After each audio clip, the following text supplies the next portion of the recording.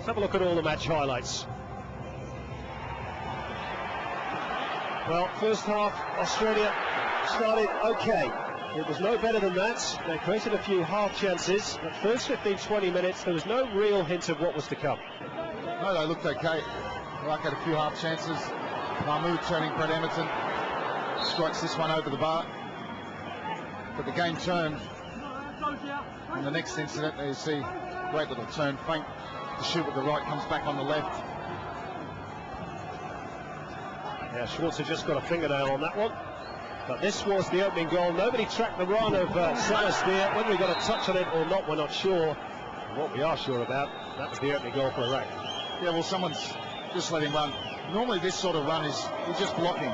You don't allow him to run and take the focus off Mark Schwarzer. And that was a very, very soft goal to concede. And the game turned on that. It was one of the crucial points in the game.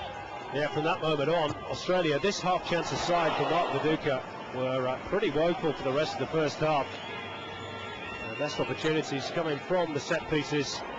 That's Australian fans who travelled here in numbers perhaps deserved a bit better, and they did get a lot better at the start of the second half, and they got back on level terms thanks to Mark Viduka, the captain. Well, the one point in the match just after half time, great time to score, great ball in from Brett Emerton to the back post, got a bit of a tail on it.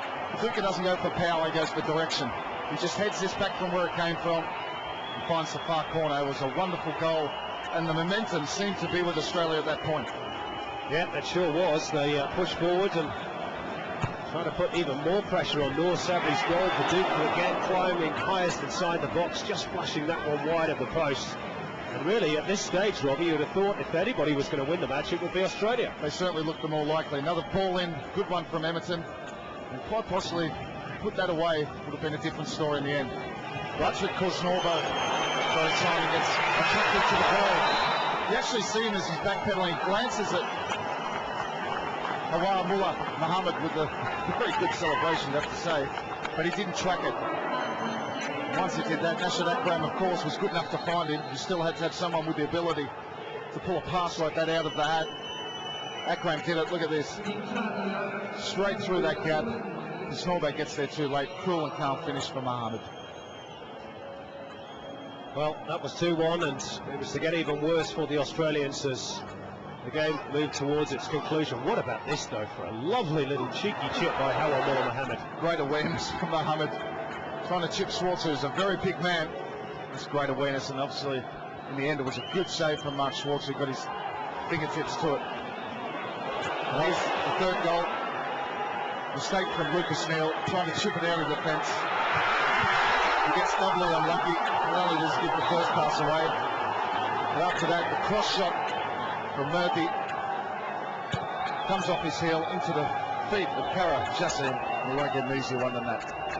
Lucas Neal's night, of course, was to get even worse later on as he was shown the red card for dissent to the referee. Very easy chance for Kara Jassim. And that was just about that for Australia, who now have to go and defeat the co-host Thailand if they are to stay in contention in this Asian Cup. Great day for Iraq. Very, very disappointing day for the much fancied Australians.